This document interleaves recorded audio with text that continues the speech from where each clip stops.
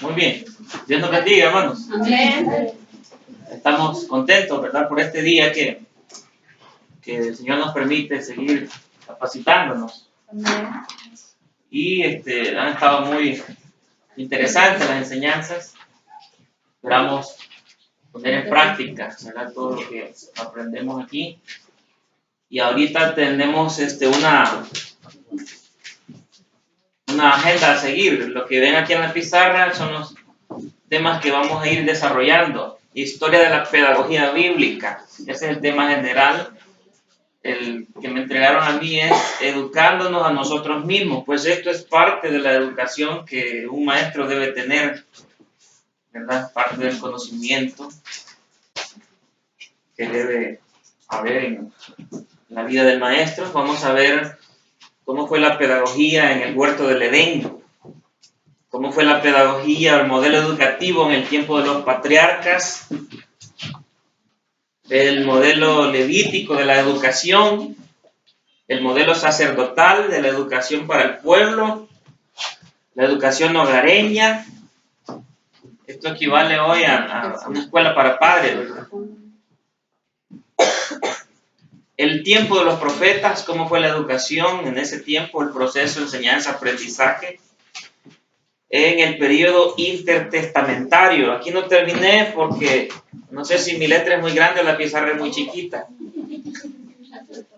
Pero quiere decir intertestamentario. ¿Cómo fue la educación en ese periodo?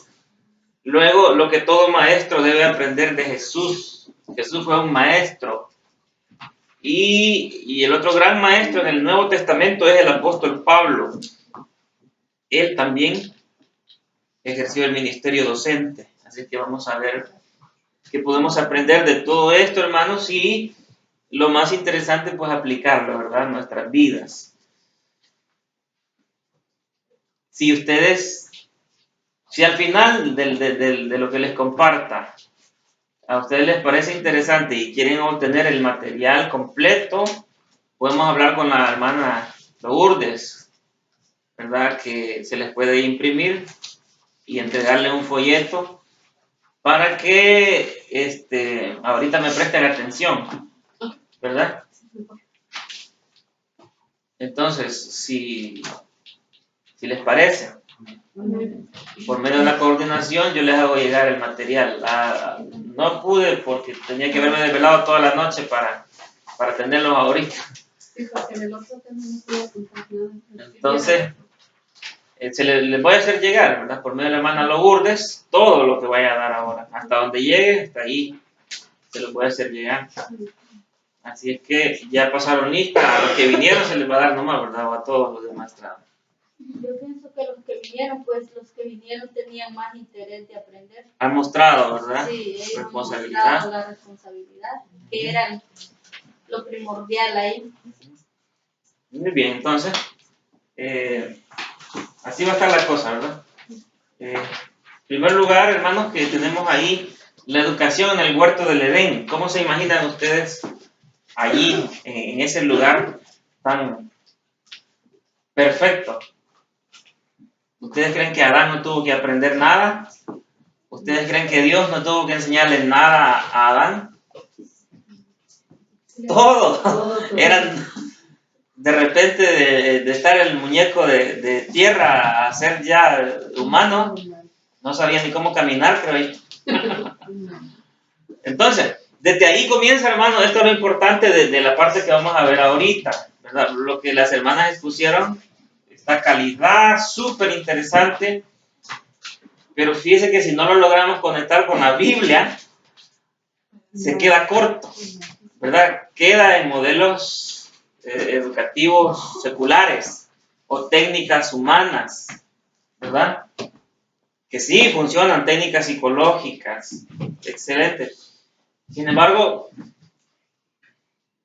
atención. Sin embargo, cuando vemos, hermanos, que el ministerio de la enseñanza está desde Génesis, estoy llevándolos ahorita hasta el huerto del Edén. Desde allí Dios hizo al hombre, a la mujer, a la primera pareja, con capacidad de aprender y luego de enseñar, ¿verdad? Entonces, es bien interesante el área en la que ustedes están. ¿Por qué? Díganme ustedes lo siguiente. El que está en el área de sonido, ¿su área le exige que vaya a la Biblia? No. El que es guitarrista en el Ministerio de Alabanza, el que es bajista, cualquier músico, su área. Yo no estoy diciendo como cristiano en general, porque como cristiano en general estamos obligados, ¿verdad?, a ir a la Escritura, a escudriñarla. Pero estamos hablando del área específica en que cada quien está sirviendo en la iglesia. Un músico para aprender a tocar un instrumento o para mejorar lo que ya sabe, ¿tiene que ir a la Biblia? No, ¿verdad? Los de video tienen que ir a la Biblia. Los diáconos, para estar en el parqueo, para darle la bienvenida a la gente. Por eso no se confundan, no estoy diciendo en términos generales el cristiano, porque todo, el área que sea. Yo digo el área específica. Entonces, ¿diaconado también o no? Tampoco.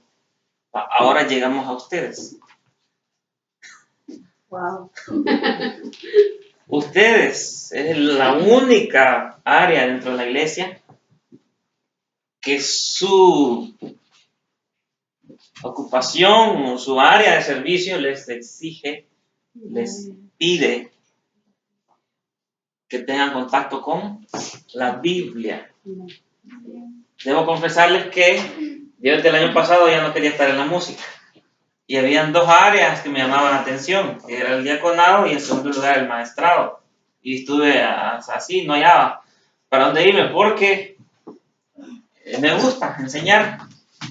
Y claro, lo hago con adultos ahorita, pero hacerlo con niños tiene algo especial, ¿verdad? Y debo también decirles, yo fui maestro, yo me bauticé, acepté a Cristo a los 11 años. Me bauticé a los 12, a los 13 yo era maestro de escuela bíblica. Y no como aquí, porque aquí es re fácil. ¿Por qué? Porque los niños ya se los traen aquí.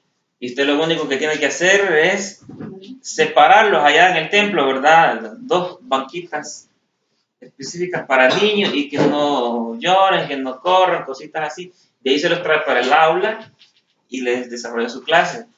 Cuando a mí me tocó ser maestro, era salir a tocar puertas a las colonias, hablar con cada padre y madre, me presta a sus niños, ¿y para qué? O sea, desde allí, ¿verdad? Cualquiera, ¿no? ¿Cómo le voy a prestar a mis niños? ¿Verdad?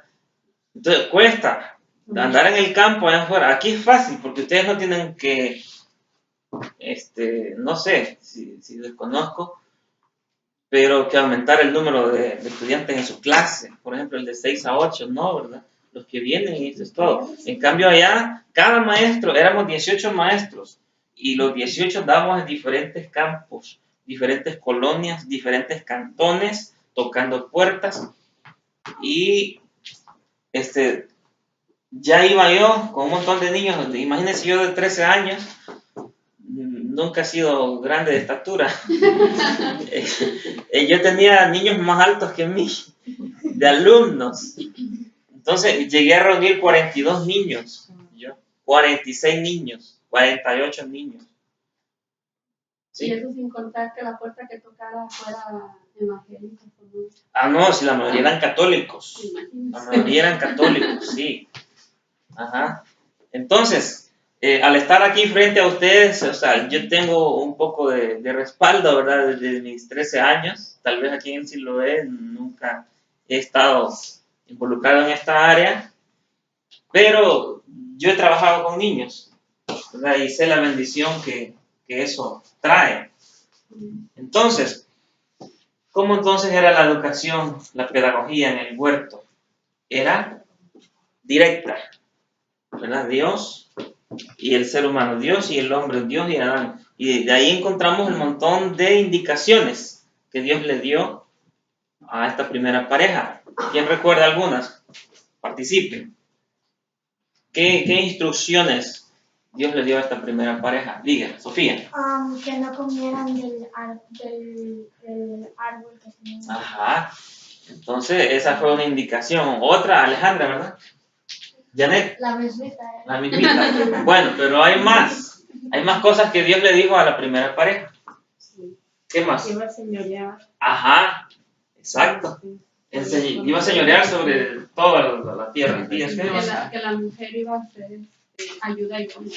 Exacto. Mire, todo eso es enseñanza y ellos tenían que desarrollar un proceso de aprendizaje. ¿Qué más? Díganme. ¿Qué más le dio el Señor ahí? También les dio instrucciones para que pusieran nombres a los animales. Tenía que poner nombres, trabajo. Ajá. Que les delegó. Entonces, hermanos, la educación está desde el huerto del Edén. La enseñanza y el aprendizaje están desde la primera pareja que Dios formó. Desde ahí han habido modelos en el proceso de enseñanza-aprendizaje. Y entonces, óigame esto. Esto nos lleva a entender que la educación religiosa, le vamos a llamar, fue establecida por el Creador. Permíteme sacar mis otros dos ojos.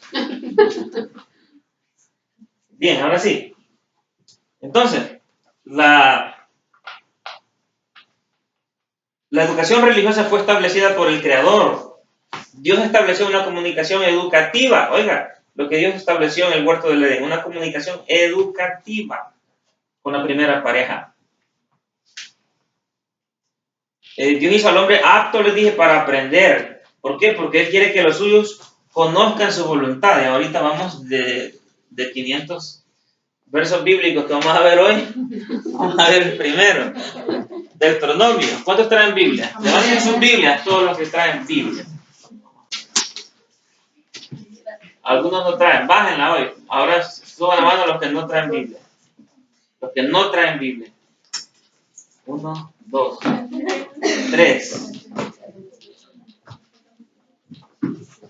Deuteronomio 6, 4 al 9. Y lo lee rápido el que lo encuentre.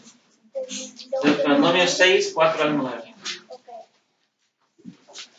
Vosotros que se dice a Jehová vuestro Dios, todos estáis vivos hoy. Mirad, yo os he enseñado estatutos y decretos como Jehová mi Dios me mandó, para que hagáis así en medio de la tierra en la cual entráis para tomar posesión de ella. Guardadlo pues y ponedlo por obra, porque esta es vuestra sabiduría y vuestra inteligencia ante los ojos de los pueblos, los cuales oirán todos estos estatutos y dirán: ciertamente pueblo sabio y entendido, nación grande es esta. Porque ¿qué nación grande hay que tenga dioses tan cercano a ellos como lo está Jehová nuestro Dios en todo cuanto le pedimos? ¿Y qué nación grande hay? No vas a ir. Deuteronomio 6, 4 al 9. Oye Israel, Jehová nuestro Dios, Jehová uno es. Llamarás a Jehová tu Dios de todo tu corazón, de toda tu alma y con todas tus fuerzas. Y estas palabras que yo te mando hoy estarán sobre tu corazón, y las repetirás a tus hijos y hablarás de ellas estando en tu casa y andando por el camino y al acostarte y cuando te levantes. Y las atarás como una señal en tu mano y estarán como frontales entre tus ojos y las escribirás en los postes de tu casa y en tus puertas. Amén. Es súper, pero súper importante estos versículos. Y espero que usted logre captar la importancia de esos versículos. Dice el versículo 7, lo voy a repetir, dice: y le repetirás a tus hijos y hablarás de ellas. O sea, la repetirás ya suena a más de una vez, ¿verdad? Amén. Y luego hablarás de ellas estando, ¿dónde? En En tu casa. Y luego, cuando estés fuera de la casa. Y después, al acostarse. cada noche. Y luego, cada mañana. Amén. Las atarás como una señal en tu mano y estarán como frontales entre tus ojos. Y como si eso fuera poco todo lo que ella dijo, ahora el 9 dice, y las escribirás en los postes de tu casa y en tus puertas. En resumen, aquí está el Señor pidiendo que al niño hay que saturarlo de Biblia. Saturarlo. Por eso me llamaba la atención una diapositiva que mostraba la hermana Isolina, donde decía que la Biblia debe ser el centro de la clase. ¿Cierto? Sí. ¿O yo vi de más? La Biblia debe ser el centro de la clase. Ayer yo entré 3 minutos a cada salón de los maestros y vi muy pocas Biblias en cada salón. Y si la Biblia es el centro, o debe ser el centro de la clase, el maestro debe estar con su Biblia. Y yo entiendo que la lección ya trae los versículos bíblicos. Eso no les da la libertad a ustedes a no traer Biblia. Porque eso significa la diapositiva esa, que la Biblia es el centro de la clase. El maestro debe traer su Biblia, aunque las 2-3 páginas ya traen los versículos, el maestro debe traer su Biblia. El ayudante debe traer su Biblia. Vine a esta clase de aquí, de los más grandes, habían 24 niños. La tercera parte de ellos traía Biblia, 8 de ellos. Precisamente, en el momento que yo me acerqué, la maestra dijo a los 8 que se levantaran y se vinieran al frente. Entonces yo les pude contar 8 ahí y 16 acá, sin Biblia. Entonces, si la Biblia es el centro de la clase, ¿verdad? No solo el maestro, no solo el ayudante debe traer su Biblia, los niños debemos de fomentarles ya ese amor por la Biblia. Hombre, ¿no lo está diciendo aquí? En estos tiempos, escríbela, ¿está la palabra escríbela ahí o no está? Sí, amén. ¿Y qué es la Biblia? No es la escritura. En estos tiempos no había una Biblia como la conocemos hoy. Entonces tenían que hacer todo eso. Ahora todo eso se resume en darle Biblia al niño. Entonces, esto es algo que yo pienso, yo no soy el coordinador ni nada, ¿verdad? Pero me han invitado a que comparta y voy a dar lo que yo pienso, ¿verdad? Cada niño debería traer su Biblia. Cada niño, no solo cada maestro y cada ayuda, cada niño. ¿Por qué? Desde la edad temprana se le está inculcando una relación entre ese libro y él. Hay Biblias diseñadas especiales para niños. Entonces alguien me va a decir, hermano, pero ¿para qué poner en gasto a los padres? Mire, hermano, estamos en Estados Unidos y aquí no cuesta comprar una Biblia. Además, le voy a decir otra cosa. Esos mismos niños andan teléfonos de $800. Sí. Esos mismos niños tienen en la casa tablets de $500, computadoras de $1,000. O sea, seamos un poco coherentes.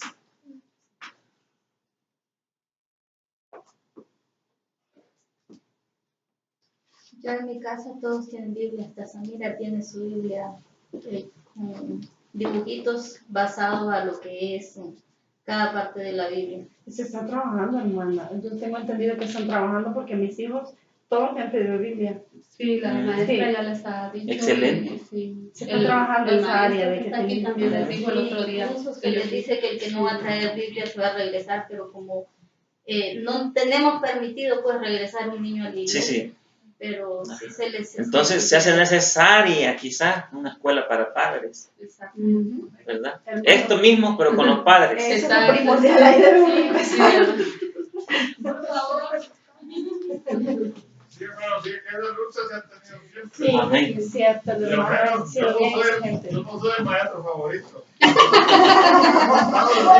Hermano, el mío sí, usted enseña muy bien. Ajá. Yo era defensor.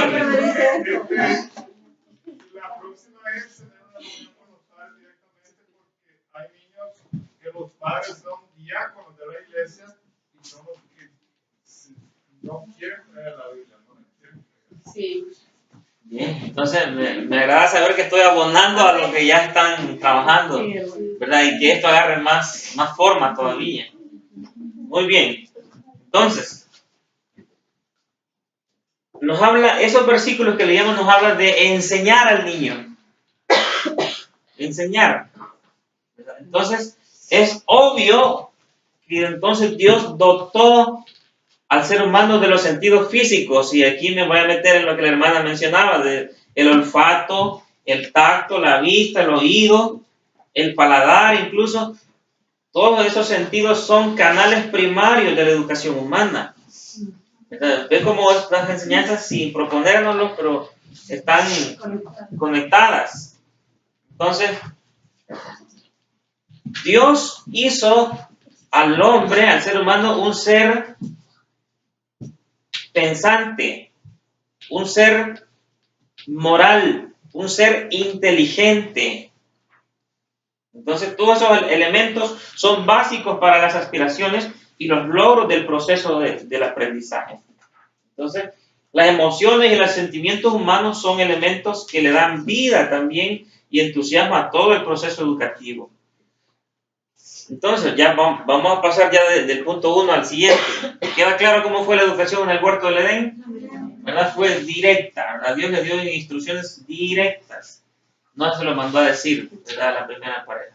Ahora pasemos al modelo educativo en el tiempo de los patriarcas. ¿Qué sucede allí? ¿Quiénes son los patriarcas? Estamos hablando allí de Abraham, de Isaac, de Jacob, ¿verdad? No, Moisés no entra como patriarca. Moisés vivió muchos años después. Pero Abraham sí, porque de ahí nace la nación de Israel. Y su hijo y su nieto, que sería Isaac y Jacob. ¿Cómo fue la educación en ese periodo? Después de los primeros padres, ellos pecaron. Ustedes saben, ¿verdad? La primera pareja cayó, entonces se suspendió la comunicación entre Dios y los seres humanos. Después, algo tan hermoso, hermanos, una comunicación directa con Dios como la tuvo Adán, como la tuvo Eva. Ellos caen y la comunicación se estropea, se pierde, se suspende. Entonces, ¿qué sucedió? Dios llamó a un hombre que se llamó Abraham.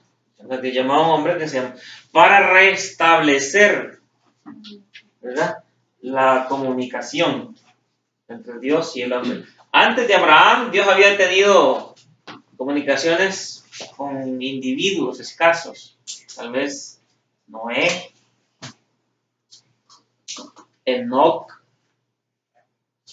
¿verdad? Pero no podemos, entre ese periodo sucedieron muchos años, pero no hayamos una comunicación abundante, fluida entre Dios y el hombre, hasta que Dios llama a Abraham, y de ahí para acá sí comienza otra vez.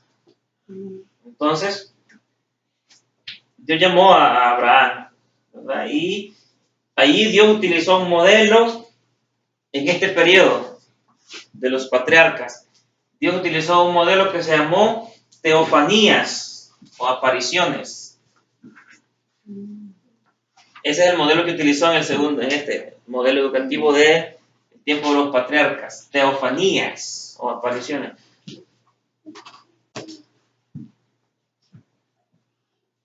Una de ellas puede ser, por ejemplo, aunque Moisés no fue un patriarca, pero entra en el tiempo cuando la zarza. ¿Qué sucedió con la zarza? Ajá. Y Dios hablaba, ¿verdad? ¿Y qué le dice desde la zarza? Entonces, ese es el modelo. Eso es una teofanía, esa es una aparición, ¿verdad? En otra ocasión, llegaron 3 varones a la casa de Abraham, ¿verdad? Y 2 de ellos eran ángeles que después fueron a visitar a Lot para darle la noticia de que Sodoma y Gomorra iban a ser destruidas. Pero un tercero no era ángel. ¿Quién era? Jesús, ¿verdad? Esa es una teofanía. Entonces, ese es el modelo que usó el Señor, el modelo pedagógico, ¿verdad? En este periodo, teofanías o apariciones. ¿Alguien recuerda otra, como las 2 que ya mencioné, en ese periodo? Tal vez no estoy segura cuando la lucha con Jacob Sí. y el ángel. Ajá. Ese es, ajá, entra, correcto, sí. Sí. Que Perfecto. peleó con el ángel, Ajá. con Jehová. Pero lo que yo quiero que ustedes vayan siguiendo es que en cada uno de las diferentes etapas, Dios está interesado en enseñarle al ser humano y que el ser humano aprenda y al mismo tiempo enseñe a alguien más, a sus hijos, por lo menos, ¿verdad? Muy bien. Entonces, para ir avanzando, ¿verdad? Ahora, modelo levítico de la educación. Vamos a ver de qué se trata ahí. Modelo levítico de la educación. Después yo voy a hacer preguntas, por eso las tengo aquí escritas. Porque yo le voy a preguntar qué forma usó Dios en este periodo y en cada uno así sucesivo. Entonces, el modelo levítico de la educación. Aquí no se especifica en ningún libro del Pentateuco que Dios le haya ordenado a Moisés que estableciera una escuela a la cual asistieran los sacerdotes y levitas para capacitarse. Sin embargo, es lógico reconocer que para la formación de un sacerdocio numeroso, veamos Números 3:39. Números 3:39. Alguien lo encuentra y lo lee. 3:39.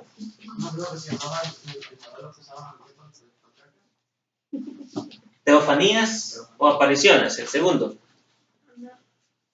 ¿Qué dice Números 3:39? Todos los contados de los levitas que Moisés y Aarón, conforme a la palabra de Jehová, contaron por sus familias. Todos los varones de un mes arriba fueron 22,000. O 22,000. Ujú.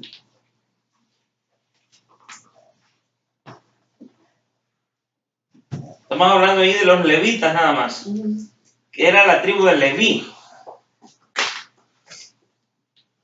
Entonces, estamos hablando de un gran número, hermanos. ¿Cuántos dijo Michelle? 22,000. Ajá. Para darle instrucciones a 22,000. No es, mira aquí todo lo que hemos tenido que hacer para concentrar a 16, 18.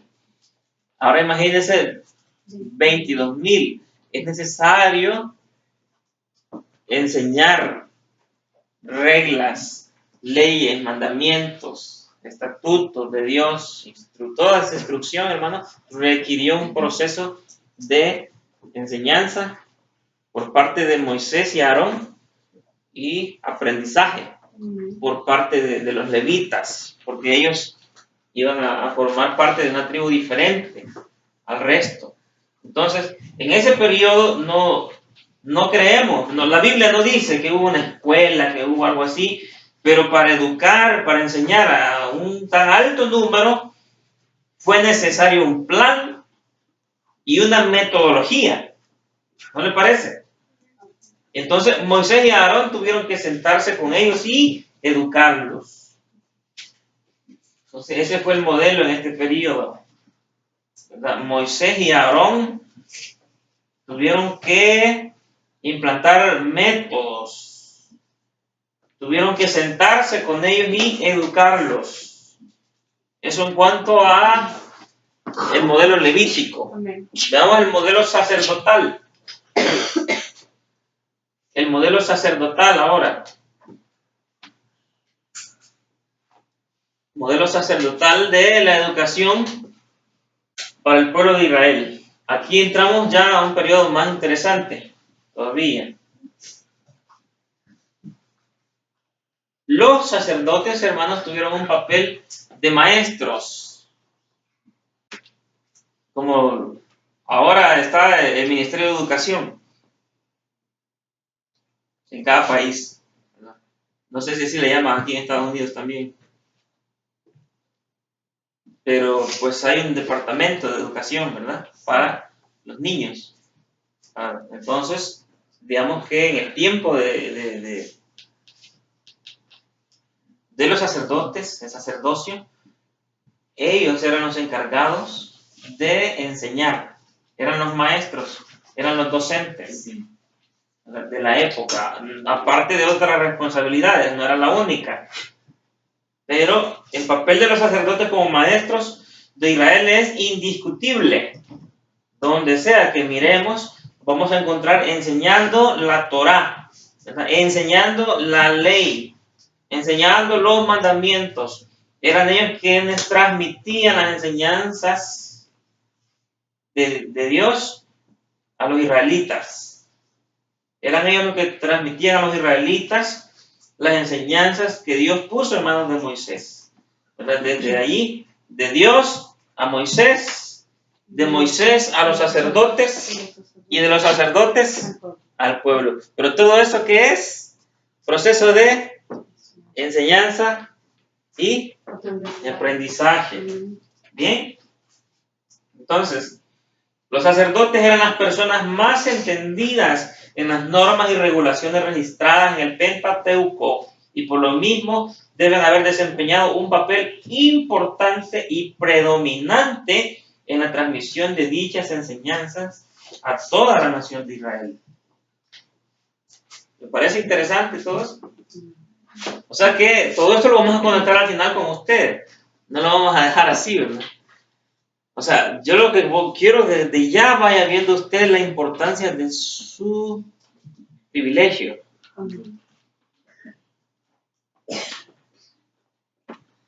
Se instituyó la educación hogareña. Estamos ahora aquí en este punto. La educación hogareña de los sacerdotes, del modelo sacerdotal a la educación hogareña.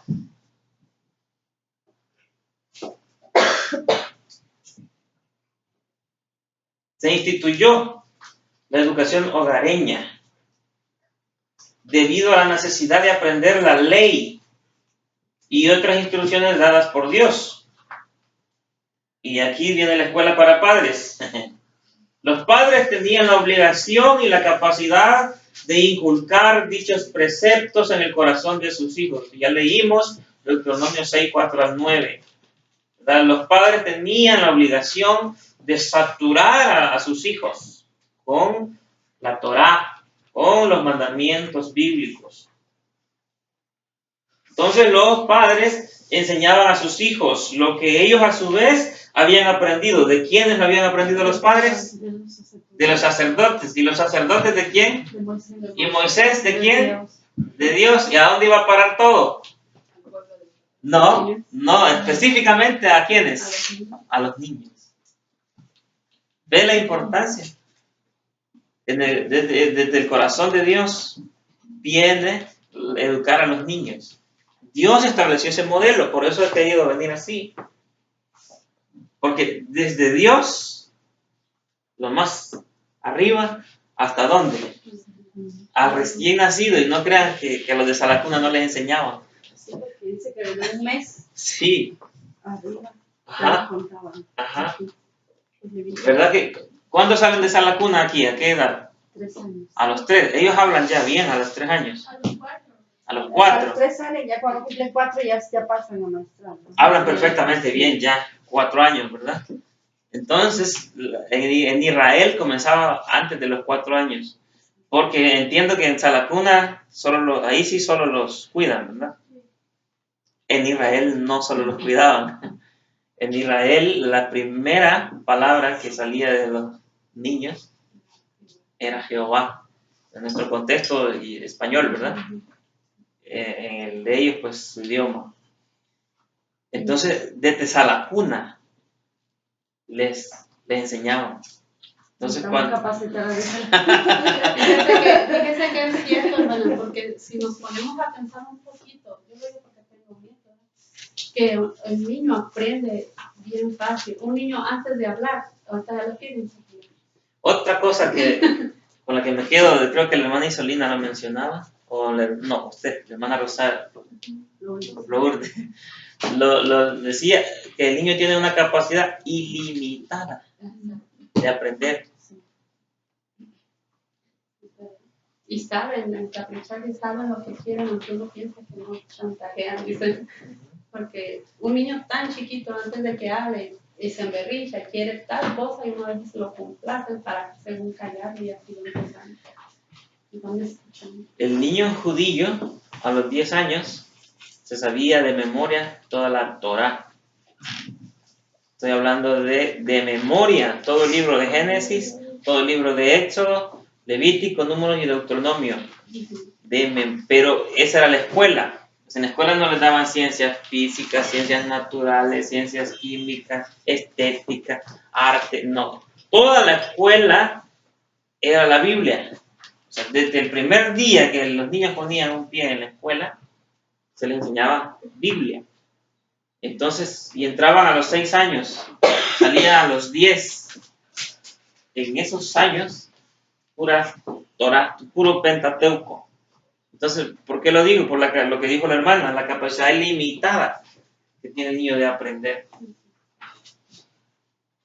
Y de allí, cuando se terminaba los 10, seguía al siguiente nivel, ya los profetas, el resto del Antiguo Testamento. Ya se podían, de Génesis a Deuteronomio. A los 11 años comenzaban con Josué hasta Malaquías, hasta terminar de 16 años. Pero toda su escuela, desde los 6 a los 16, había sido el Antiguo Testamento. Que eso era la Biblia para ellos. O sea, que adquiriéramos nosotros como cristianos, no vamos a soñar que las escuelas seculares van a enseñar eso. Pero ustedes, ¿verdad? En los que aquí hay padres, en su casa sí pueden hacerlo. Y como maestro, hermano, usted tiene una gran oportunidad de sembrar en estos niños. Amén. ¿Verdad? Y yo digo, cuando se trata de la Biblia, nunca es demasiado. Nunca empacha, decimos. Nunca, ¿verdad? Bien. ¿Dónde me quedé? La educación hogareña es favorita. Ok, la educación hogareña. Entonces, los padres enseñaban a sus hijos lo que a su vez habían aprendido de los sacerdotes. ¿Verdad? ¿Para qué? Para que la siguiente generación mantuviera la herencia teológica del pueblo de Dios. ¿Ve lo importante? O sea, cuando estamos instruyendo a un niño, no solo estamos instruyendo a ese niño, estamos instruyendo a los hijos que ese niño va cuando sea adulto. Y si se pasa el legado a los nietos, a los bisnietos. O sea, usted no mire a un niño rebelde nada más enfrente suyo, que tiene que apaciguarlo 1 hora mientras termina el mensaje. Detrás de ese niño hay 3, 4 generaciones que dependen de usted como maestro. Y ya vamos a llegar a un versículo en el Nuevo Testamento, donde ahí están las 4 generaciones. Bien, ¿cuál es lo siguiente ahí en la pizarra? El tiempo de los profetas. Pasamos al tiempo de los profetas, pero fíjense que antes de llegar allí debo contarles que el sacerdocio, fue preciosa la labor de los sacerdotes, ¿verdad? Porque ellos enseñaron al pueblo. Sin embargo, el ministerio del sacerdote tuvo un auge, tuvo un apogeo, pero luego el sacerdocio se contaminó. Y eso tuvo que ver con los líderes que la nación tuvo. Por ejemplo, cuando la nación estuvo bajo el liderazgo de David, por ejemplo, el sacerdocio se mantuvo fuerte, íntegro, fiel a Dios. Mencióname otro buen líder de la nación de Israel. Obviamente Moisés, ¿verdad? Que instituyó ese sistema sacerdotal. Entonces, cuando la nación estuvo bajo líderes como Moisés, como David, como Josué, ¿verdad? El sacerdocio tuvo auge, tuvo influencia positiva, pero vinieron líderes fatales para la nación de Israel. ¿Y qué sucedió con el sacerdocio? Se corrompió. Entonces nace lo que ustedes me mencionaban.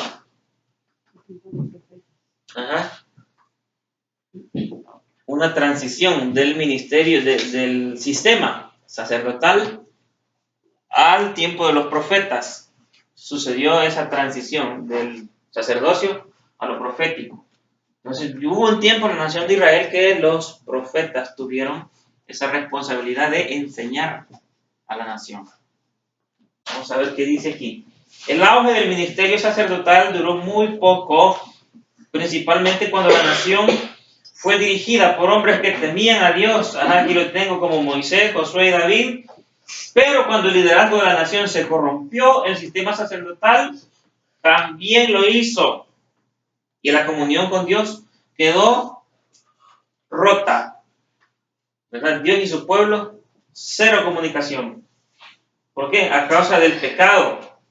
Entonces, quedó afectada profundamente la comunicación entre Dios y el pueblo, quedó afectada y en crisis. Entonces, el método de enseñanza también cambió de manera radical. A raíz de esto hubo una previsión del ministerio profético. Vamos hoy a Deuteronomio 18, 16 al 19. Deuteronomio 18, 16 al 19.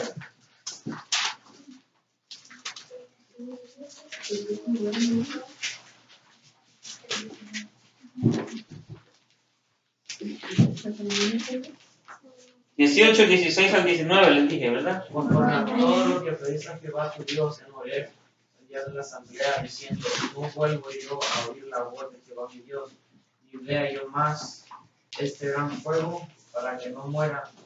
Y Jehová me dijo: han hablado bien en lo que han hecho. Ponga atención al 18. Profeta les levantaré de en medio de sus hermanos, como tú, y pondré mis palabras en su boca, y él les hablará a todo lo que yo le mandare. En mi nombre yo le pediré cuenta.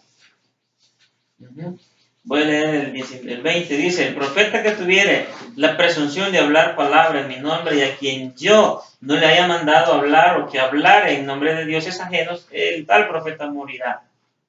Bueno, y ahí sigue hablando de que vendría un tiempo donde el ministerio profético sería levantado. Entonces, el cambio se debió a las fallas del pueblo. ¿Por qué? Porque el pueblo se desvió de la enseñanza de Dios. Esa es la razón. Y entonces sí, entramos lleno a lo que es el ministerio profético. ¿Verdad? Lo primero que vamos a ver, Samuel. ¿Quién sabe los tres oficios de Samuel? Las tres funciones que Samuel desempeñó. Samuel, dice la hermana, era sacerdote. ¿Alguien más que diga otro oficio de Samuel? Profeta, sacerdote, profeta, ¿y qué más? No, rey no. Juez, correcto. Samuel desempeñó las tres cosas. El profeta Samuel, el juez Samuel y sacerdote. Muy bien. Entonces, él fue el líder y el instructor de una escuela de profetas, compañía de profetas, dice la Biblia Reina Valera. Vamos, primer libro de Samuel, 10, 5 al 11. El libro de Samuel, 10, 5 al 11.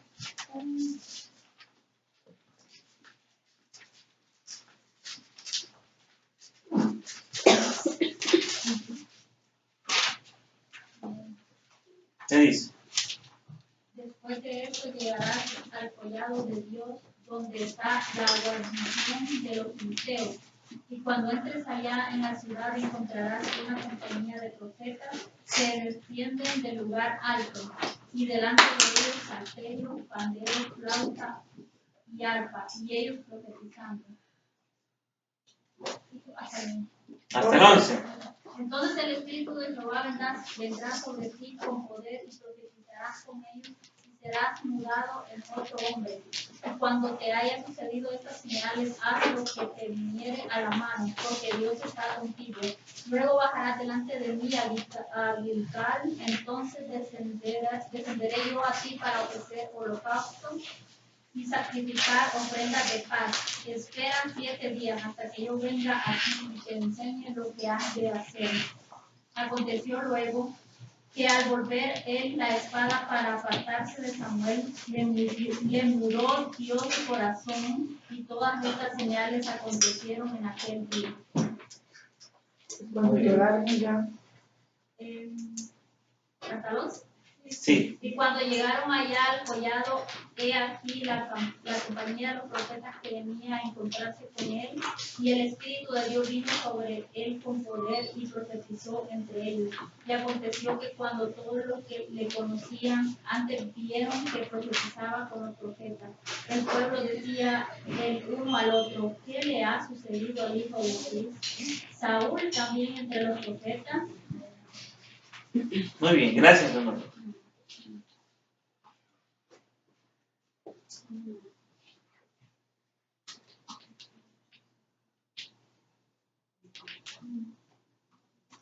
Estamos viendo ahí ya una transición, ¿verdad? Del sistema sacerdotal, ahora la prioridad la tienen los profetas, ¿verdad? Y de hecho, Samuel era líder, instructor de ese grupo de profetas. Samuel era el líder, instructor de ese grupo de profetas. ¿Qué había ahí? Enseñanza y aprendizaje. Luego lo podemos ver en Eliseo, en Elías y en Eliseo también, ambos al frente de los hijos de los profetas. Y ellos, lo vamos a ver en el segundo libro de Reyes 4:38. Segundo libro de Reyes 4:38.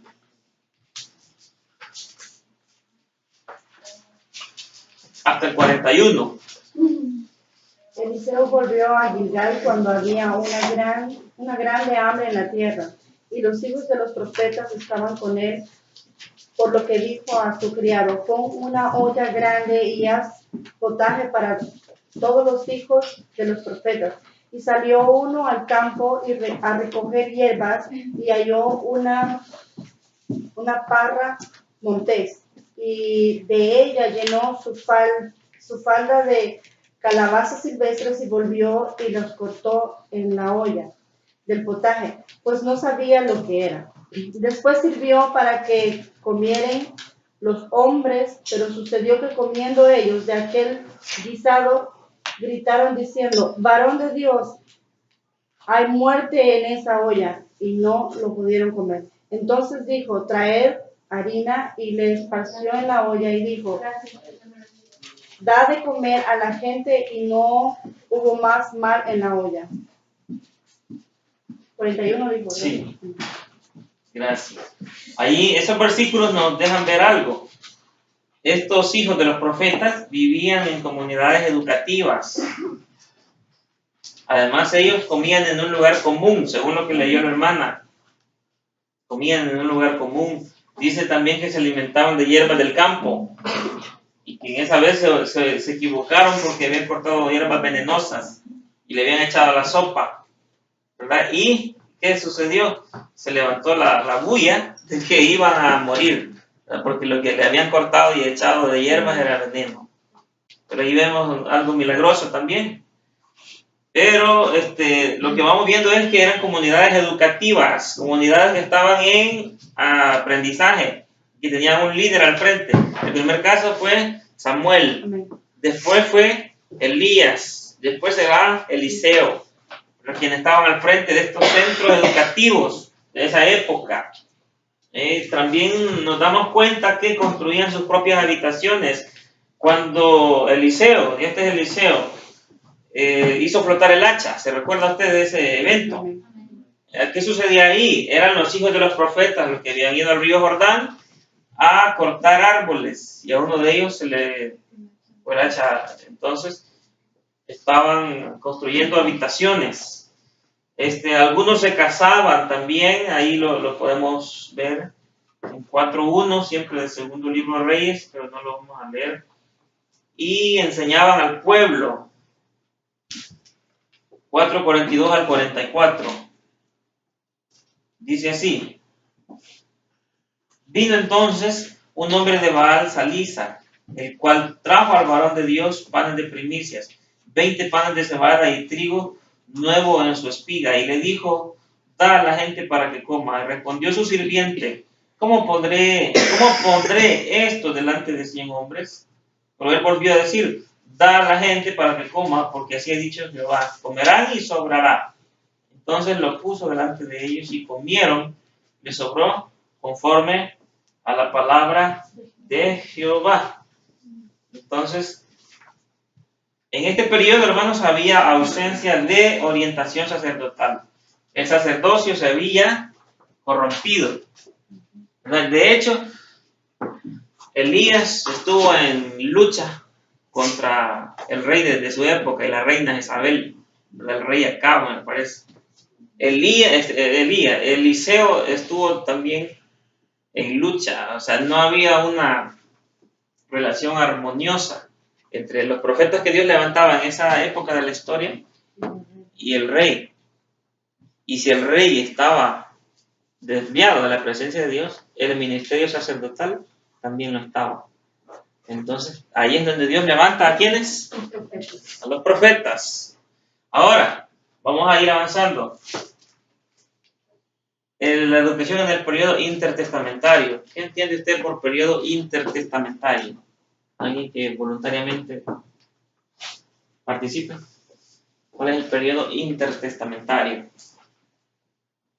Una forma de poder romper la palabra por partes, no inter, quiere decir entre medio, y testamentario es entre los testamentos. Entonces me imagino que es entre el tiempo, se dice los 400 años entre la separación del Antiguo Testamento y el Nuevo Testamento.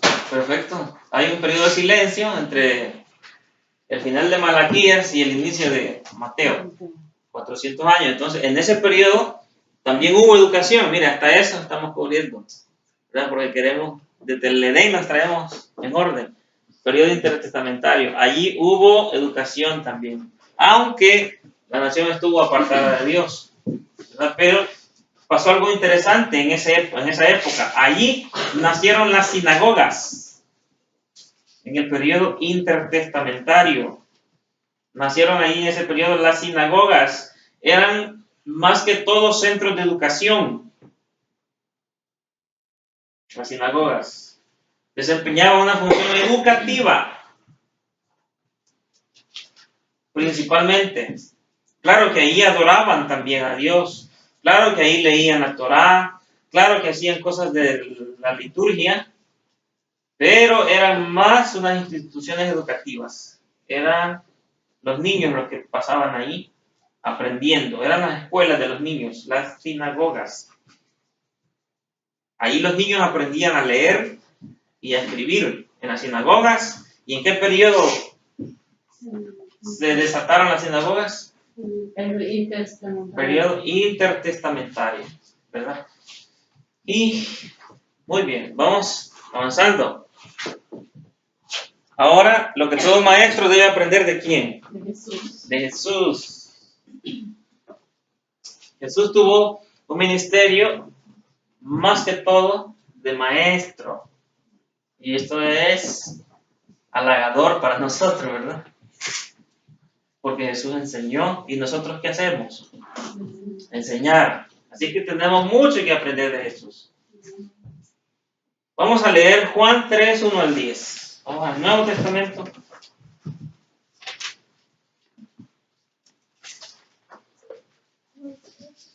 Sí, Juan 3, 1 al 10.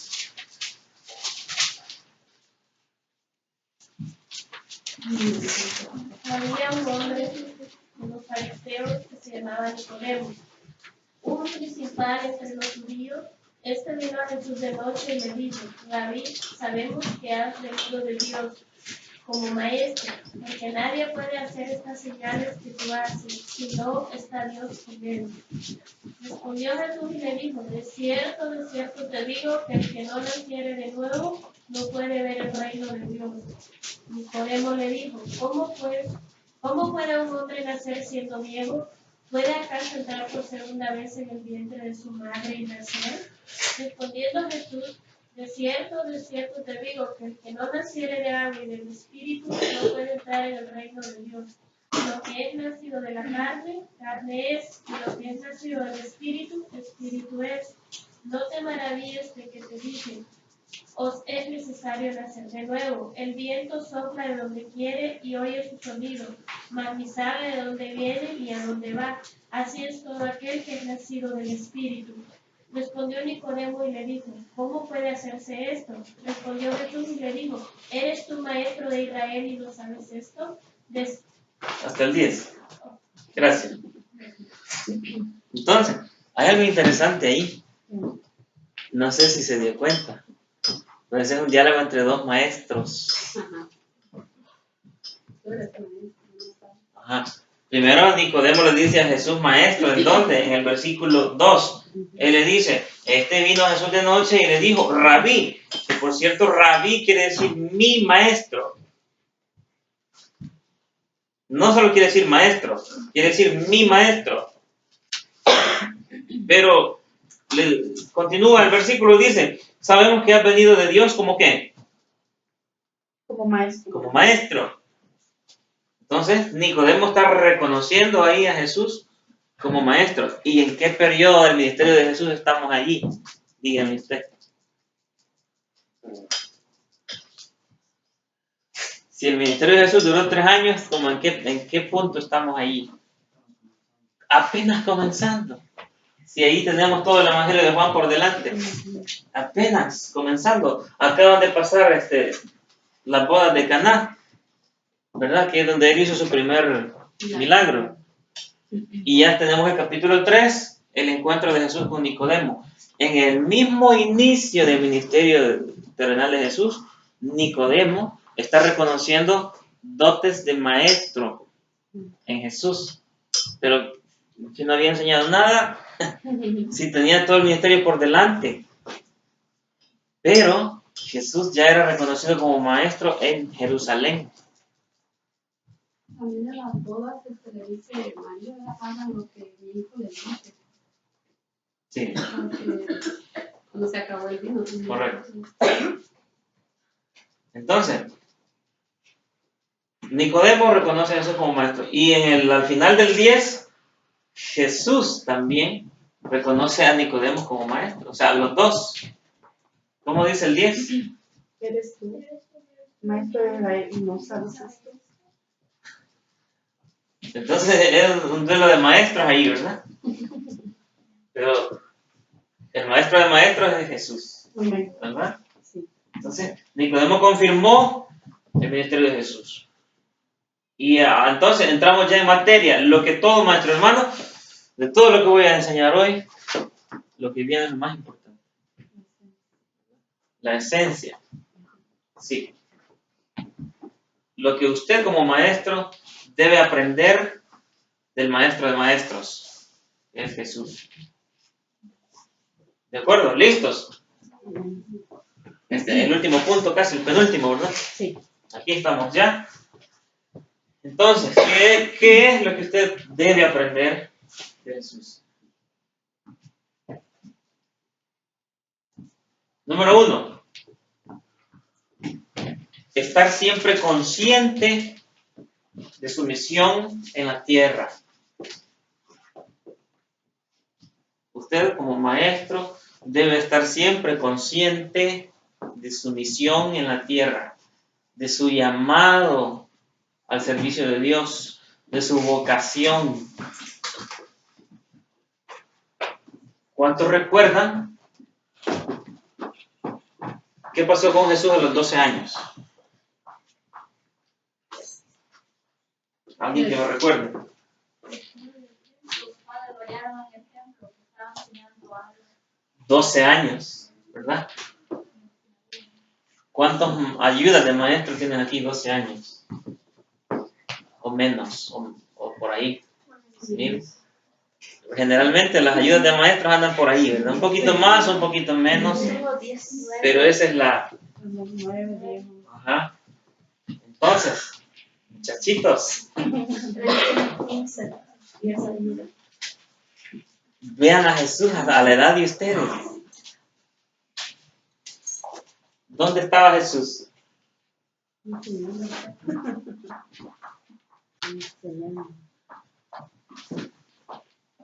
A esa edad, Jesús reconoció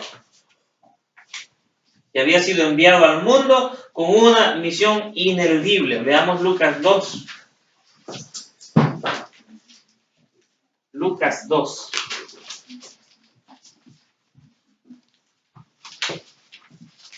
Vamos a ver el 49.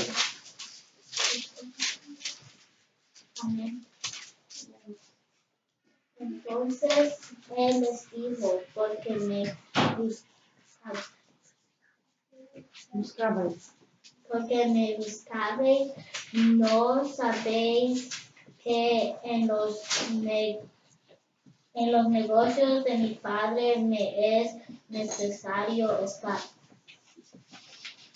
Ajá. Oiga la respuesta de Jesús, de este niño.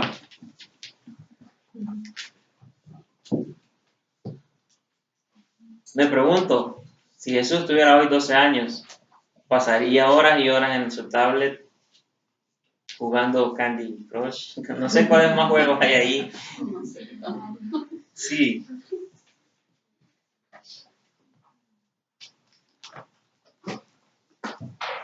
¿O cómo viviría Jesús si tuviera tu edad, ayudante de maestro?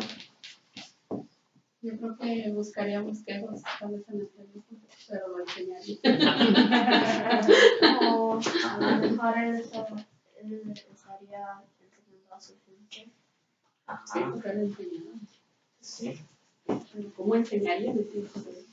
Entonces, en esta ocasión y a tan temprana edad, Jesús se encontraba en un ambiente de enseñanza, aprendizaje, a los 12 años. Por eso les digo, el primer punto es estar siempre consciente de su misión en la tierra. A los 12 años Jesús ya sabía cuál era su misión.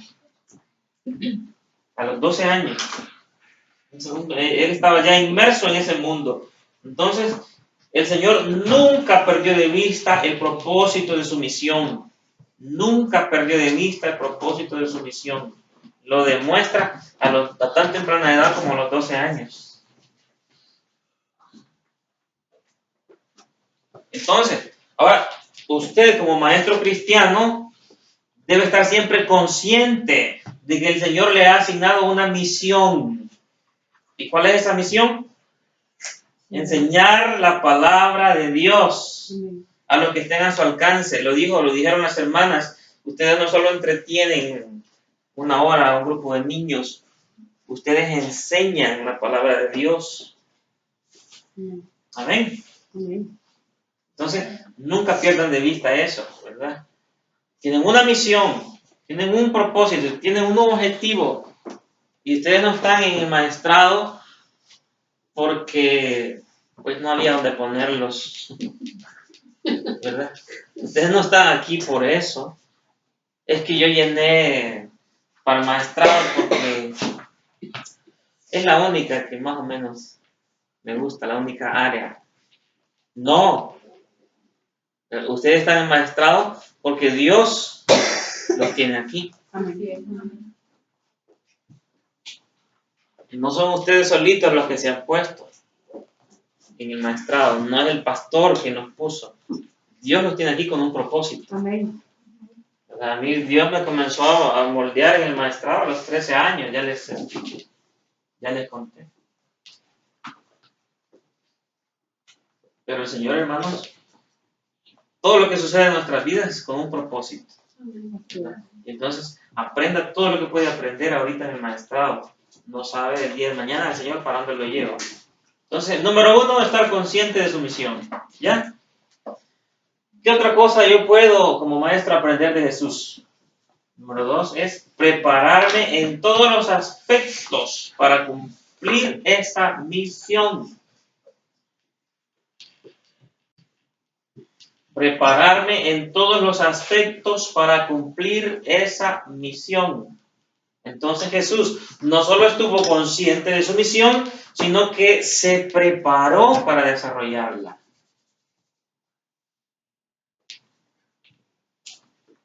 Intelectualmente, Jesús aprendió lo que todo niño hebreo aprendía. Jesús aprendió a hablar así, papá, mamá. Jesús aprendió a leer como cualquier otro niño judío. Jesús aprendió a escribir como cualquier otro niño judío. O sea, no se quedó atrás. No se fue relegando. ¿Verdad? Todo lo que debía aprender, que su época lo exigía, él lo aprendió. Entonces, como niño ya les expliqué todo lo que él aprendió. Como joven, él tuvo un desarrollo como cualquier otro joven de Israel de su tiempo y de hoy, ¿verdad? Eso no ha cambiado. Usted me va a decir, no, hermano, no le creo que Jesús era Dios. Era 100% hombre también. Entonces, esa parte divina, con eso yo no me estoy metiendo ahorita. Estoy hablando con el Jesús humano, el Jesús 100% hombre. Entonces, él se desarrolló como todos los demás niños, como todos los demás adolescentes, aprendió lo que todo el mundo aprendía en su época, como niño, como joven y como hombre judío. Él aprendió del medio en que vivió. Iba a la sinagoga, donde aprendió a leer y escribir. Adquirió un conocimiento profundo de la historia de Israel. ¿Jesús sabía de la historia de Israel o no? Sí sabía. ¿Qué más aprendió Jesús? La teología de Israel, las profecías de Israel, la ley de Israel, las escrituras en general. O sea, todo eso Jesús lo aprendió. De hecho, cuando Satanás lo tienta 3 veces, él no tenía una Torá allí, dijo al leerla, a ver cuál es el versículo que se aplica aquí para este tremendo. No, él le sacó 3 versículos de memoria. ¿Qué dice eso? Que él había aprendido, ¿verdad? La Torá, la ley, los profetas, todo eso. Entonces, ¿Jesús estaba preparado para llevar a cabo su ministerio o no? Estoy hablando del área intelectual ahorita. Sí estaba preparado. Él no se había quedado burrito ahí a un lado, desobediente, niño renegado, ¿verdad? No, él fue al ritmo que la sociedad imponía en ese momento. A ese ritmo él creció, se integró. ¿En qué otra área él se preparó? La intelectual ya quedó clara, ¿verdad? Ahora la espiritual, el área espiritual, y esto los hermanos también lo tocaron ahí, de paso. Espiritualmente Jesús se preparó. Jesús fue lleno del Espíritu Santo. ¿Cuándo fue lleno del Espíritu Santo? El bautismo, ¿verdad? Entonces, Jesús fue lleno del Espíritu Santo. Jesús recibió la plenitud de poder que necesitaba para el desarrollo de su ministerio. Y eso lo encontramos en Lucas 4, 18 al 19. Pero usted ya lo sabe, no lo vamos a leer. Y de igual manera, ahora estoy con usted, ¿verdad? Los que se ocupan de la enseñanza cristiana deben capacitarse en las 2 áreas. ¿Cuáles son esas 2 áreas? Espiritual, y la anterior, ¿cuál era? Intelectual. ¿Verdad? Intelectual. Jesús se preparó en las 2 áreas. Usted como maestro también debe hacerlo. Prepararse en esas 2 áreas. Entonces son 2 cosas que podemos o debemos aprender de Jesús. Número 1, estar consciente de su misión. Número 2, prepararse para cumplir esa misión. Número 3, paso ahora al número 3.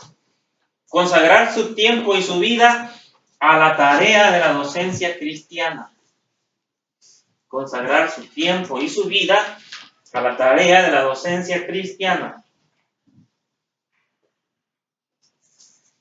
Jesús dedicó a la enseñanza la mayor parte de su tiempo, de las labores ministeriales. La mayor parte de su tiempo Jesús la pasó enseñando. Mucho de lo que leemos en los evangelios fue tomado de las enseñanzas de los labios del Maestro Divino, más que de sus sermones. Lo que leemos en los evangelios, Mateo, Marcos, Lucas y Juan, fue tomado de enseñanzas de él, no de mensajes. No es lo mismo una enseñanza que un mensaje. Y Jesús sí predicó, pero la mayoría de veces él la pasó enseñando. Entonces, estoy en el tercer punto todavía, consagrar su tiempo y su vida a la tarea de la docencia cristiana. Hermanos, esto es importante lo que les voy a decir ahorita. El 75% de las veces que alguien se dirigió a Jesús, lo lo llamaron por los títulos de maestro, rabí o sus derivados. Oiga, 75 de cada 100 veces que alguien se dirigió a él, le dijo maestro. ¿Qué quiere decir eso? ¿Qué indica eso? Que él vino a enseñar, que él era un maestro. Entonces, si usted es un maestro, me parece que tiene que aprender mucho. Tenemos que aprender mucho de Jesús, ¿verdad? El maestro cristiano de hoy debe dedicar gran parte de su tiempo. Voy hablando con usted. Usted es el maestro cristiano de hoy. Debe dedicar gran parte de su tiempo ¿a qué? La oración, al estudio de la palabra y la entrega de su enseñanza. 3 cosas. Y Jesús hizo cada una de estas 3 cosas. Entonces, se puede decir que la educación cristiana es un trabajo de tiempo completo. ¿Por qué? Cuando el maestro no está orando, está leyendo. Y cuando no está ni orando ni leyendo, está investigando. Y si no está haciendo ninguna de esas, está preparando su lección. Está buscando materiales. ¿Verdad? Entonces, Jesús nos enseña todo eso. ¿Verdad? Número 4. ¿Qué cosa más podemos aprender de Jesús? Adoptar la mejor metodología para alcanzar los mejores resultados. Repito, adoptar la mejor metodología para alcanzar los mejores resultados. Y aquí las hermanas, la hermana Isolina, ¿qué metodología usó para dar su enseñanza? PowerPoint, ¿verdad? La hermana Lourdes, ¿qué metodología enseñó? Usó, ¿verdad? Visual también, ¿verdad? El árbol, usó la pizarra. Yo estoy usando igual la pizarra, ¿verdad? Pero siempre que enseñamos algo, tenemos métodos que están a nuestro alcance, cosas que están a nuestro alcance. Ustedes como maestros, ¿qué usan para explicar su enseñanza cada vez? Díganme, cuéntenme. ¿Qué métodos usa usted para que los niños le capten con más facilidad su enseñanza? Yo casi siempre nada más La Biblia. ¿Qué más? No sé si hay figuritas. Si les dan figuritas. Sí, se les entrega una hoja de figuras. ¿Va? Y entonces los maestros las recortan y las enseñan a la hora. Esa es una metodología, ¿verdad? ¿Qué otra? La hermana ya dije que usó PowerPoint. A veces dibujamos las cosas que... Dibuja, usa la pizarra, ¿verdad? Muy bien. ¿Qué otra? ¿Qué más? ¿Qué otra metodología? Se les da material para que puedan hacer algún tipo de manualidad. Manualidad, Ajá. que vaya relacionada con el tema, ¿verdad? Exactamente. Ajá. Hay veces se puede hasta dramatizar la lección. Yo lo hice una vez. Yo lo hice, el arca. Ahí hicimos una rueda y de ahí no los dejé salir. Y del arca y me funcionó. Entonces, pero son metodologías que podemos usar, ¿verdad? Y Jesús las usó. O sea, cuando usted usa esas metodologías, no está siendo mundano. No así de la computadora del diablo, ¿verdad? No. Vamos a ver qué metodologías usó Jesús en su época. ¿Están listos? Bien, veamos. Jesús utilizó una variedad de métodos de enseñanza dependiendo del propósito y dependiendo de la necesidad del momento. Por ejemplo, parábolas. Jesús usó más parábolas en la metodología que él usó con más frecuencia. Usó preguntas y respuestas. Lecciones objetivas. Obras prácticas. Todo Jesús usó todos los recursos de su época, Él los usó. Entonces, usted no debe limitarse. Pero los recursos de la época de hoy, usémoslos para ser más prácticos en nuestra enseñanza. El educador cristiano debe estar al día con todos los métodos didácticos de hoy y utilizar una variedad de ellos para no cansar a los niños, para no cansar a los alumnos. ¿Ustedes creen que Jesús aburría a la gente? Si llegaba a la noche, desde la mañana los tenía, llegaba a la noche y sin comer, y la gente no se iba. Y los discípulos le dijeron, Señor, despídelos, ya es noche, y tienen hambre y no tenemos... O sea, la gente con hambre estaba oyéndolo. Y no eran 3 pelones. 5,000 dice la Biblia, solo hombres. 5,000. Y aparte las mujeres. Gracias. Aparte las mujeres. Y aparte los niños. Algunos creen que ahí habían entre 10 y 12,000 personas esa vez.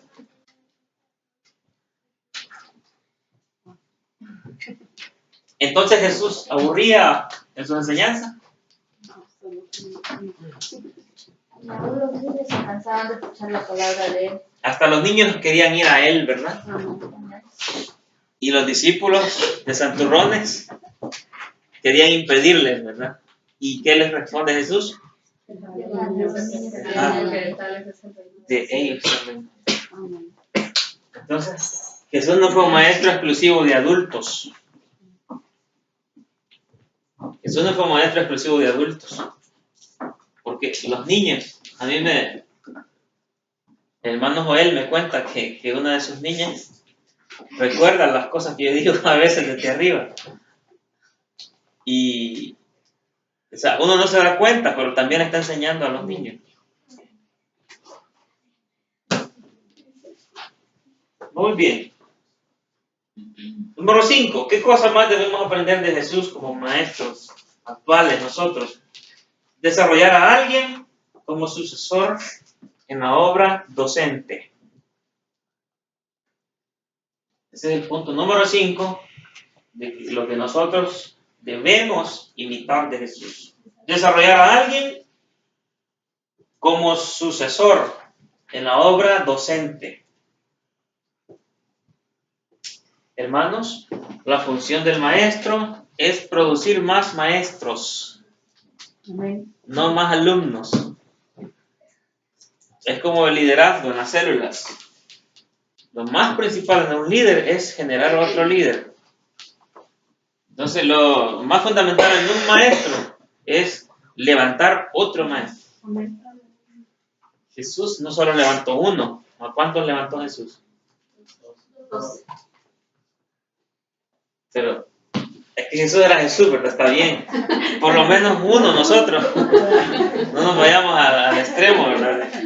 Pero por lo menos uno. Fíjense que mis maestras de escuela bíblica todavía están vivas. Una tiene 88 años ya, pero todavía está viva.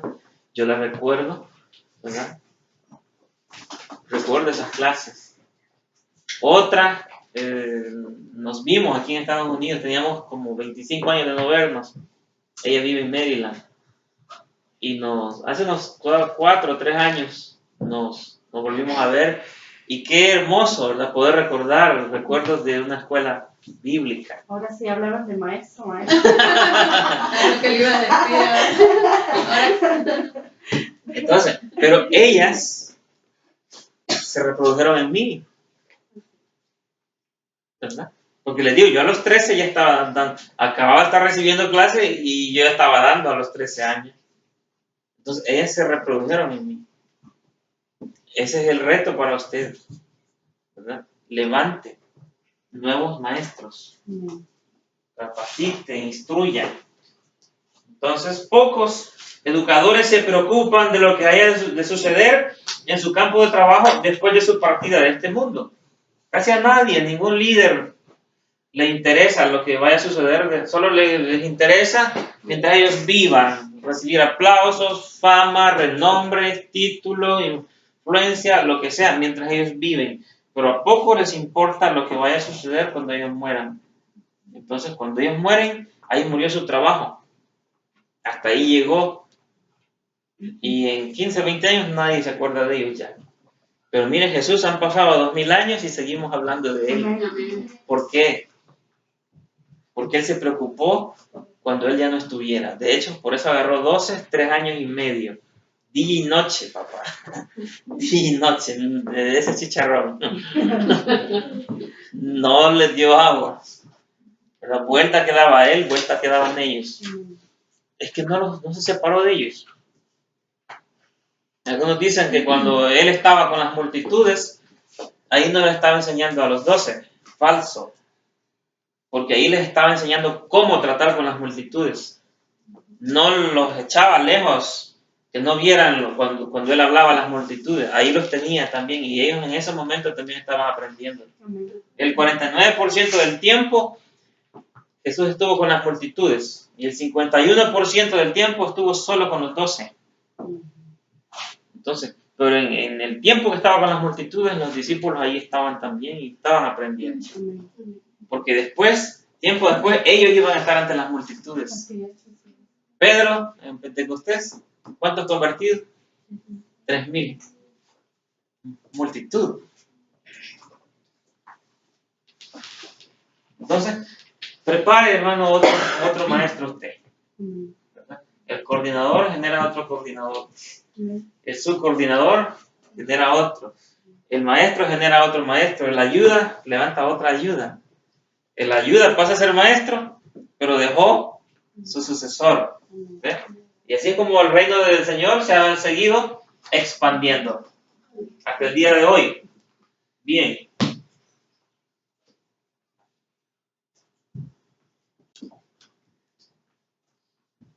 Seis. ¿Qué más podemos aprender de Jesús? Número 6. Recompensar a los discípulos o los alumnos fieles y eficientes. Recompensar a los alumnos fieles.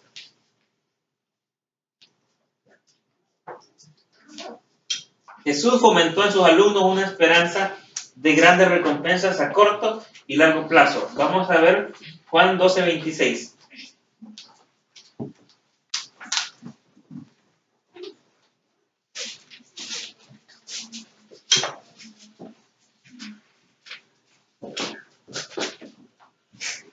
¿Quién lee Juan 12:26? Si alguno me sirve, sígame. Y donde yo estuviere, allí también estará mi servidor. Si alguno me sirviere, mi Padre lo honrará. ¿Qué dice? Si alguno me sirviere, sígame. Y donde yo estuviere, allí también estará mi servidor. Si alguno me sirviere, mi Padre le honrará. Ajá. ¿Qué estamos viendo ahí? Recompensar a aquellos alumnos fieles. ¿Cuántos practican eso con sus niños, en su grupo de niños? Un incentivo. Al que ponga atención, tal cosa. Sencillo, pero funciona. Entonces, eso no es un método carnal. Jesús lo utilizó. En Apocalipsis 22:12, ¿qué dice? Apocalipsis 22:12.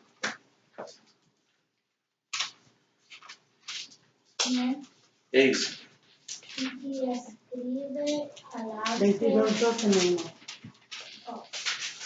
Y he aquí, yo vengo pronto y mi galardón conmigo, para recompensar a cada uno según sea su obra. Aquí yo vengo pronto y mi galardón. ¿Qué es un galardón?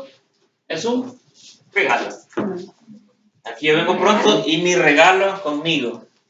En mi versión dice, si vengo pronto y traigo el premio que voy a dar a cada uno conforme a lo que haya hecho. Eso encaja en el aula del salón de clases cuando usted va a desarrollar su lección. Repítalo, por favor, esa versión. Si vengo pronto y traigo el premio que voy a dar a cada uno. Y usted enseña el premio, ¿verdad? Aquí traigo el premio que voy a dar al que se porte bien. A lo que haya hecho. No estamos siendo carnales cuando estamos así. Jesús promete ese tipo de recompensas a aquellos que son fieles. Amén. Entonces Jesús fomentó en sus alumnos una esperanza de grandes recompensas a corto y a largo plazo. Hay más cosas que podemos aprender de Jesús, pero vamos a quedar con esas 6. Porque aquí no aparece, sí, aparece Pablo, ¿verdad? Sí. Bien, entonces vamos a hablar de Pablo. Para mí, después de Jesús, el personaje de Pablo es el más grande en el Nuevo Testamento. Y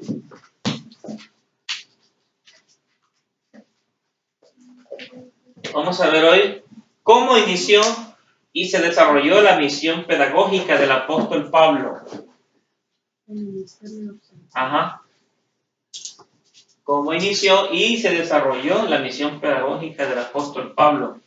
Vamos a ver en 4 pasos esa respuesta. La pregunta es cómo se inició y se desarrolló la misión pedagógica del apóstol Pablo. Número 1, el apóstol Pablo, al igual que todo maestro cristiano, que también esto lo tocaron las hermanas.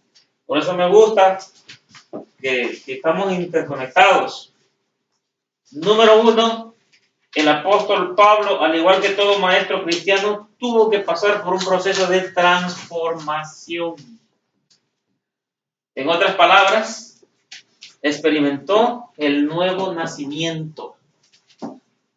En otras palabras, aquí en este grupo de maestros, no puede haber un maestro que no haya nacido de nuevo.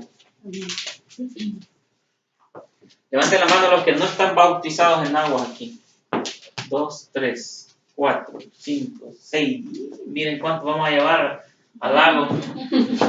7. 7 ayudas. ¿O hay maestros entre esos 7? No puede haber. Entonces, ahora, la pregunta es con ustedes 7, pero sí, ¿ya recibieron a Cristo en su corazón? ¿Alguien no lo ha hecho? Levante su mano. No podría estar subiendo. Perfecto. Ajá. Perfecto. Entonces, de eso habla el primer punto, ¿verdad? Cómo inició y se desarrolló el ministerio pedagógico del apóstol Pablo. Pablo tuvo que nacer de nuevo. De hecho, ¿cómo se llamaba antes de ser cristiano, Pablo? Saulo. ¿Y cómo era cuando era Saulo? ¿Quién me lo describe? Muy malo. Perseguidor. ¿Era, qué dijo? Era muy malo, sí. Perseguía, mataba a los cristianos. ¿Qué más era él? ¿Qué más?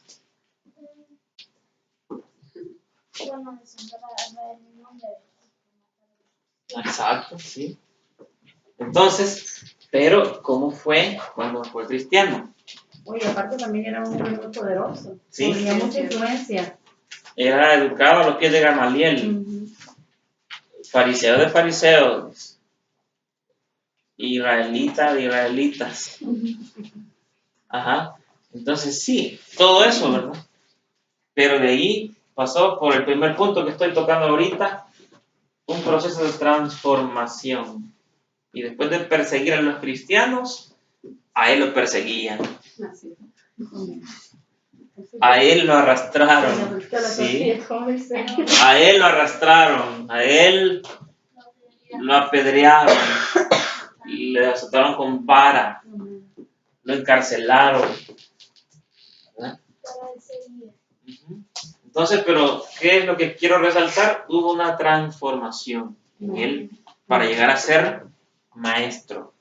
Entonces, de igual manera, usted, ¿verdad? Debe de experimentar esa transformación para poder ser un maestro de la palabra de Dios. Amén. Número 2.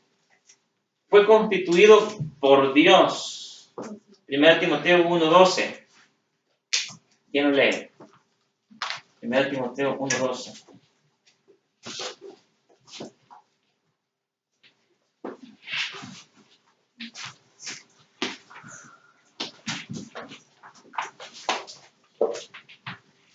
¿Qué dice? 1:12. Doy gracias al que me fortaleció, a Cristo Jesús nuestro Señor, porque me tuvo por fiel poniéndome en el ministerio. ¿Quién lo puso? Dios. No se puso él, ¿verdad? Entonces, ese es el segundo paso en usted. Después que está seguro que ha pasado esa transformación, ese nuevo nacimiento, asegúrese, ¿verdad? Que es el Señor quien lo ha llamado a enseñar, ¿verdad? Que el Señor lo ha constituido un maestro y usted se dará cuenta porque esa será su pasión, ¿verdad? Veamos 2.7 también, ahí en 1 Timoteo, pero ahora 2.7. Dice, para esto yo fui constituido predicador y apóstol. Digo verdad en Cristo, abierto, y maestro de los gentiles en fe y verdad. ¿Qué dijo ahí, maestro? Digo verdad en Cristo. Maestro de los gentiles. Predicador y apóstol y maestro. 3 cosas dice ahí.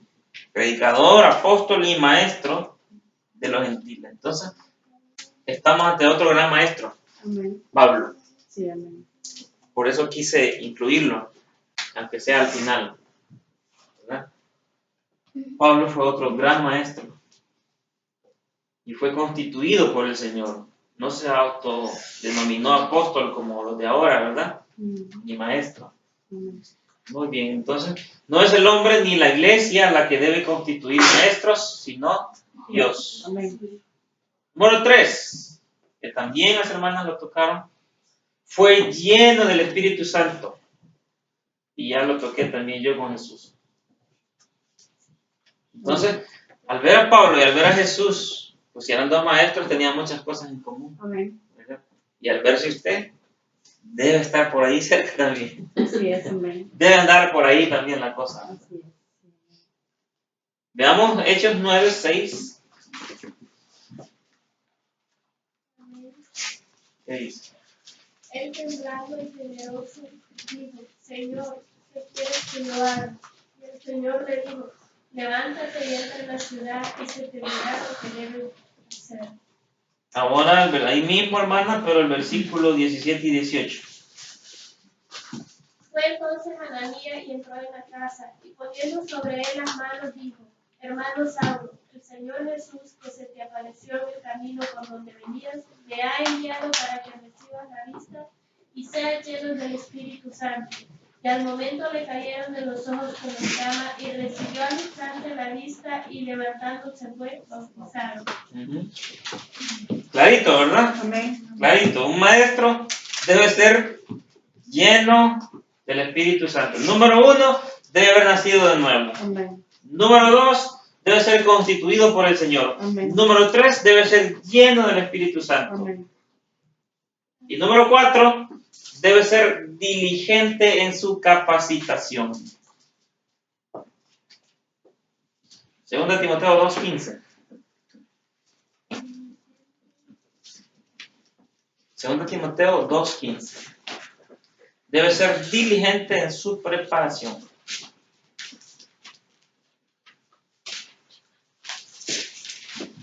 Procura con diligencia presentarte a Dios aprobado, como obrero que no tiene de qué avergonzarse, que usa bien la palabra de Dios.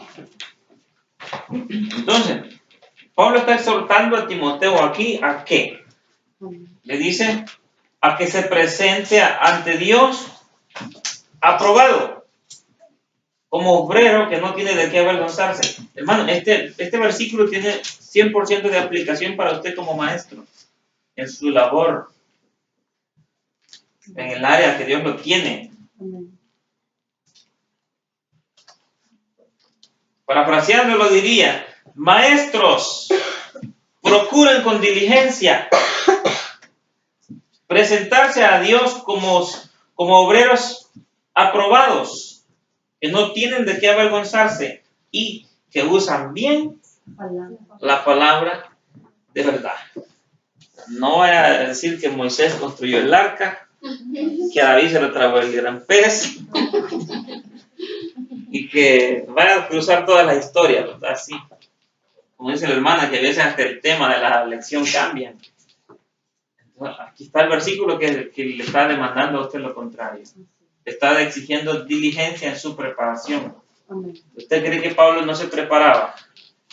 Si le estaba exigiendo a Timoteo que se preparara. ¿Y cómo es que él no iba a prepararse? Amén. Pablo se preparaba para enseñar. ¿Qué otro versículo nos puede servir? Hechos 22:3.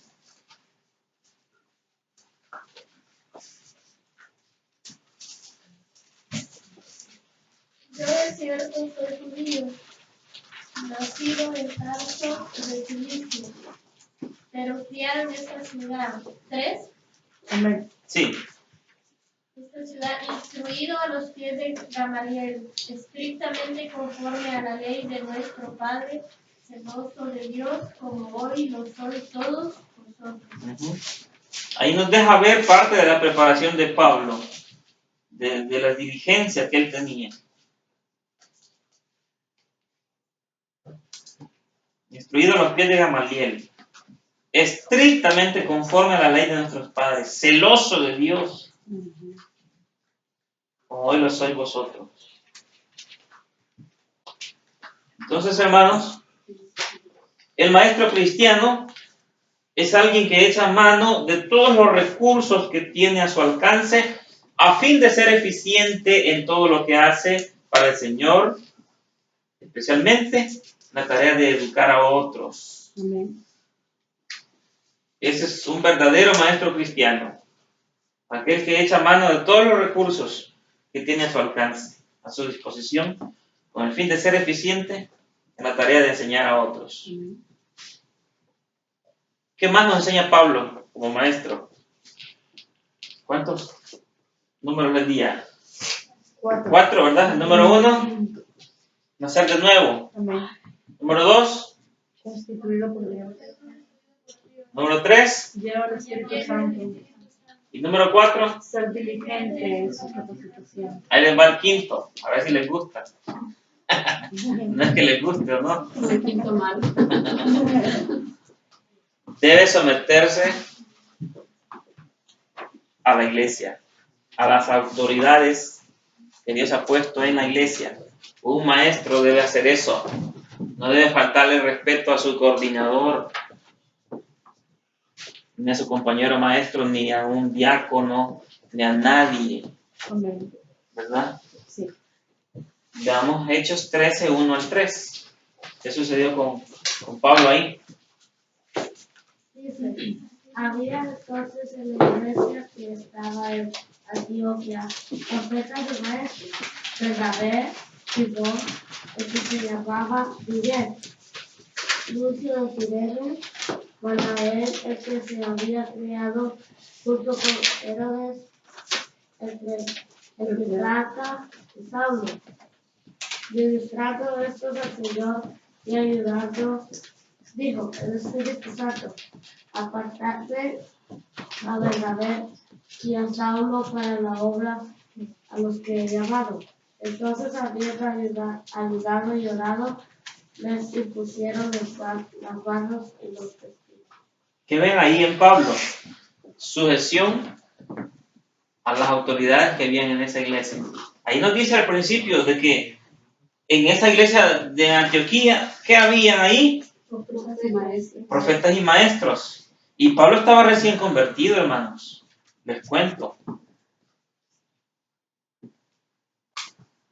Pablo estaba recién convertido. Estaba en cascarón todavía, saliendo. No era el gran, poderoso apóstol Pablo para este tiempo. Pero desde ese inicio, vemos en Pablo sujeción a las autoridades de la iglesia de ¿qué lugar? De Antioquía. Y allá hasta da los nombres, eran Bernabé y Simón, los que llamaban Níger. También estaba Lucio de Cirene, estaba Manaén, el que se había creado junto con Herodes tetrarca, y Saulo. Miren. Pero ¿qué sucedió? Ministrando estos al Señor y ayunando, dijo el Espíritu Santo, apartarme a Bernabé y a Saulo para la obra que los he llamado. ¿Por qué Pablo no protestó? Pues dijo, ¿por qué me escogen a mí? ¿Por qué no mandan a Simón? ¿Por qué no mandan a Lucio? Pero ¿qué sucedió con Pablo? Sujeción. Entonces, esta es otra característica de un maestro. Sujeción a sus autoridades eclesiásticas. Ese es el punto número 5. ¿Algo más que podemos aprender de Pablo? Discipular. Mateo 28, 19 y 20. ¿Qué nos dice? Sí. Sí, ese. Ese versículo nos dice 3 cosas. Mientras vamos por el mundo, tenemos que hacer 3 cosas. Número 1, ir y hacer discípulos a todas las naciones. ¿Y qué más? Bautizarles. Y en el 20 está la tercera cosa que debemos hacer. Enseñarles. Grábense esas 3 cosas. Número 1, hacer discípulos. Número 2, bautizarlos. Y número 3, enseñarles. De las 3, usted en su salón está en la primera. Está haciendo discípulos. Y usted podrá decir, sí, pero es que ya en mayo van a hacer los bautizos y nadie de ellos se va a bautizar, están muy chiquitos. Sí, pero cuando lleguen a 10, 12 años, en su momento lo harán. Mientras tanto, usted los habrá discipulado. Entonces, allí, usted es parte de la gran comisión con los niños. 3 cosas que hay que hacer con ellos.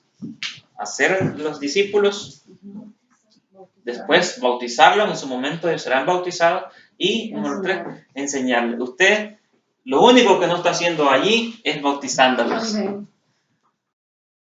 está haciendo discípulos y enseñándoles. ¿No se siente privilegiado?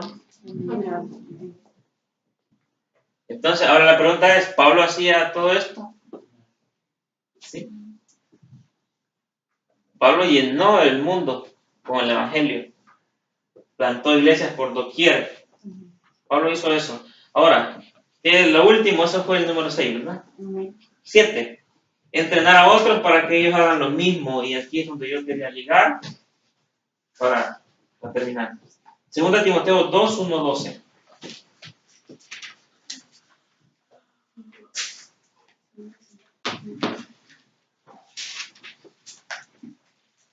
Segunda Timoteo 2, 1, 12. 1, 2.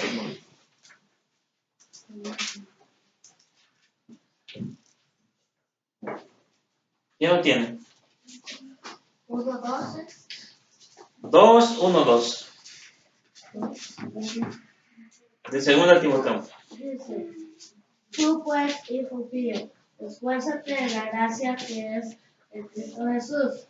Lo que has oído de mí ante muchos testigos. Esto encarga a hombres fieles que sean idóneos para enseñar también a otros. Bien, allí es donde hay 4 generaciones en ese versículo. ¿Las logran ver? 4 generaciones en ese versículo. ¿Quién le está hablando a Timoteo? Pablo. Entonces, Pablo ya es una generación. Y Pablo ya, esa es su última carta que escribe y va a ser sacrificado. O sea, Pablo ya iba para el hoyo. Pero Pablo había instruido a quién? Timoteo es una segunda generación. Por eso dice, lo que has oído de mí es Pablo. Se lo dice a Timoteo. Esto encarga, tú Timoteo, encarga a ¿quiénes? A hombres fieles. Esos hombres fieles ya es la tercera generación. ¿Por qué? Porque Pablo es la primera, Timoteo es la segunda. Y estos hombres fieles es la tercera generación. Que sean idóneos para enseñar a ¿quiénes? También a otros. A otros. Ahí está una cuarta generación. Por eso yo les decía hace un rato, no vean solo a un niño inquieto ahí en el aula. No vean solo a un niño travieso. Vean los hijos de ese niño, los nietos de ese niño, los bisnietos. Vea 4 generaciones mínimo ahí. Aquí están en este versículo las 4 generaciones. Amén. Entonces, todo buen maestro debe enseñar diligentemente, ¿verdad? A otros, ¿para qué? Para que estos otros puedan preparar a otros, para que continúen realizando la obra de Dios. De esa manera el Evangelio ha llegado 2000 años después. Así es. ¿Por qué? Porque han habido maestros, hermanos. Amén. Han habido maestros que han transmitido las verdades bíblicas. Por eso, la responsabilidad que ustedes tienen es enorme, Amén. pero el privilegio también es grande. La Amén. recompensa es grande también. Amén. Entonces, yo no sé cuánto llevo ya hablando. ¿Quién tiene el tiempo? 1 hora. Como 1 hora y media quizás. No sé qué hora es, hermano. No, ahí está, 1:43 llevo ya. Entonces, yo ahorita llevo a la mitad de lo que todo que traía, pero yo creo que es suficiente. Y si quieren en otra ocasión, ¿verdad? Podemos reunirnos y compartir más. O si quieren seguir hasta las 3, yo les sigo, pero ya eso depende de ustedes. Puede ser mañana después del culto.